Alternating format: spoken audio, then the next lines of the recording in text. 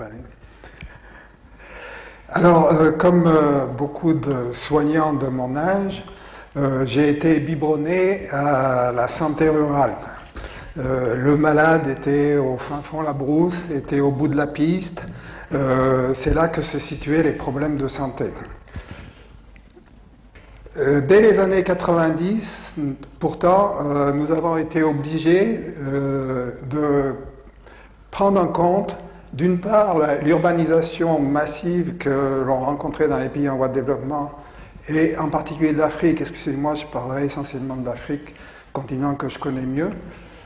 Avec les deux courbes que vous avez là, vous voyez, les pays en développement, le pourcentage d'urbanisation par rapport aux pays développés, et le croisement des deux courbes entre la population urbaine et la population rurale dans les pays en développement.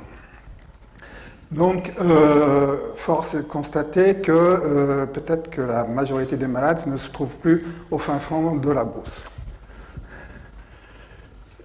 Alors, la situation en ville, je rappelle, si nécessaire, que les maladies infectieuses ont toujours et souvent posé d'énormes problèmes dans les villes. On peut passer rapidement sur les grandes épidémies de fièvre jaune urbaine de Dakar, de Addis Abeba et autres. À l'heure actuelle, se pose le problème des autres arboviroses qui sont à la mode, en particulier dans l'hémisphère nord, est dû à tous ces Aedes qui se développent très facilement dans les villes. Et maintenant, pire, Ebola arrive dans les villes. Donc avec la photo de la ville de Kékédou, qui est le foyer d'origine de l'épidémie actuelle. Néanmoins, l'essentiel de la pathologie dans les villes, c'est ce qu'on appelle la transition épidémiologique, mais c'est un terme qui mérite beaucoup de discussion. C'est les maladies non transmissibles. Quelquefois, on dit même maladies non transmissibles émergentes. Bon, je pense que ça, c'est un abus de langage, parce qu'il y a longtemps qu'elles existent. Alors, avec le problème d'obésité, on reviendra sur l'alimentation. Obésité due à un manque d'activité physique. Le problème de l'alimentation, alors, il faut savoir que maintenant, en ville, tout le monde mange du riz ou du pain. Il est impossible de piler du mil ou de piler du manioc dans un appartement. Ceux qui ont essayé auront eu sans doute des problèmes avec leurs voisins. Et puis l'alimentation, comme vous voyez sur cette photo, c'est plus le tabac ou le Coca-Cola que le reste dans les petites boutiques qu'on retrouve dans les quartiers. Après l'alimentation, c'est les problèmes d'hygiène. Ces problèmes d'hygiène sont gravissimes. Je vais vous donner 3 exemples. La lessive, donc la fameuse photo des lavandiers d'Abidjan. Toute la lessive des habitants d'Abidjan se fait ainsi, par des lavandiers.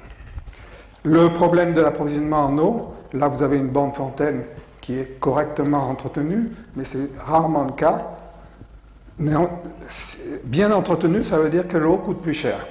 Et donc il y a le problème entre l'accessibilité et la qualité.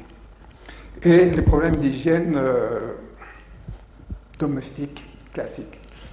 Les problèmes liés aux fléaux sociaux, entre guillemets, je fais exprès d'utiliser le terme qui n'est pas très approprié, mais avec les IST d'abord, mais pas seulement, et le petit graphique à côté qui vous montre l'importance des accidents de la circulation et qui touche dans les villes, en particulier les enfants. Autre problème, la pollution. Alors bon, le problème essentiel, mais ce n'est pas le seul, mais c'est sur lequel il faut se pencher rapidement parce que les conséquences vont être dramatiques dans quelques années, c'est la pollution aérienne. La pollution aérienne est augmentée d'une part parce que la pollution domestique, intra-domestique est plus importante. Il est plus difficile de faire la cuisine dans la cour que dans la maison, quand on habite en ville. et la pollution aérienne due à la circulation et aux polluants aériens globaux, industriels ou autres. Mais le problème de la pollution par les voitures est majeur. Juste citer un exemple, une étude qui avait été faite au Bénin montrait que plus on était proche d'un carrefour urbain, plus la fréquence des maladies respiratoires chez les enfants était importante. Alors, le penchant, c'est l'accès aux soins. On considérait autrefois qu'il était plus facile de se soigner en ville que dans les zones rurales. C'est pour ça qu'on parlait des malades du bout de la piste. La réalité est beaucoup plus complexe. Il y a beaucoup de structures de santé, et je vous donne cet exemple qui vient d'Abobo, une commune d'Abidjan, 600 000 habitants. Officiellement, il y avait 90 dispensaires autorisés. Je me suis amusé un jour à prendre l'axe principal de la commune et j'ai compté 137 centres de santé. Et ça ne représentait qu'une petite partie de la commune. Donc vous avez une hétérogénéité de l'offre de soins qui est totalement anarchique et dont la qualité n'est absolument pas assurée. L'autre côté, s'il vous plaît, c'est les hôpitaux. Et on considérait aussi que puisqu'il y avait les hôpitaux à côté, et les hôpitaux se trouvent dans les villes, dans les grandes villes, la santé était meilleure. On sait maintenant que ce n'est pas le cas. Les hôpitaux ont deux problèmes. C'est d'une part leur accueil, et on a cité ce matin le livre de la médecine inhospitalière, concernant justement l'accès de ces hôpitaux. Et l'autre caractéristique, c'est que ça ne concerne qu'une toute petite partie de la population, ce qui fait que souvent d'ailleurs, le service de tri à l'entrée est considéré comme un dispensaire et donc handicape le fonctionnement global de l'hôpital. En tout cas, ce n'est pas ça qui améliore la santé des gens qui habitent dans la ville.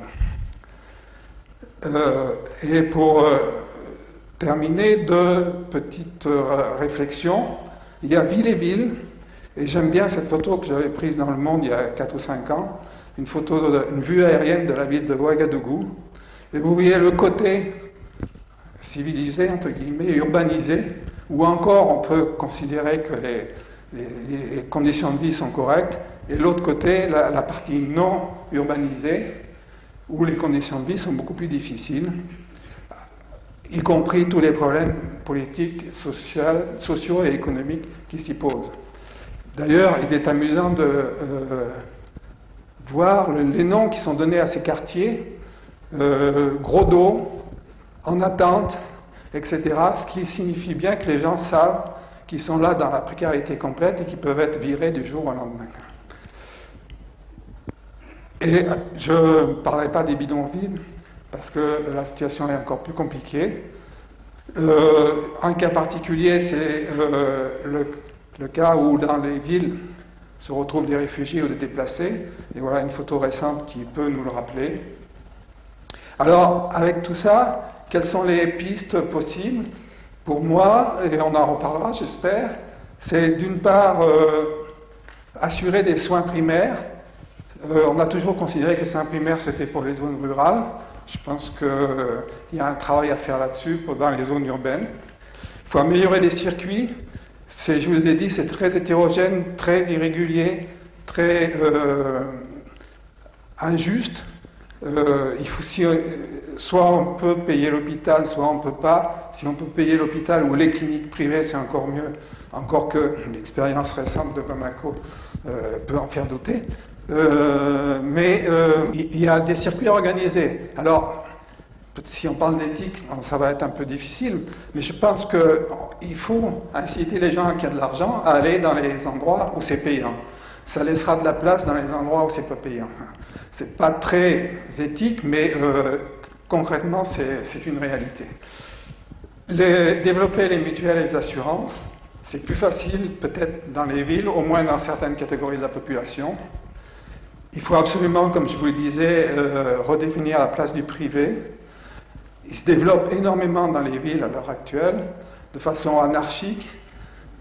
Il n'y a pas de carte sanitaire, quoi. C'est ça qui manque.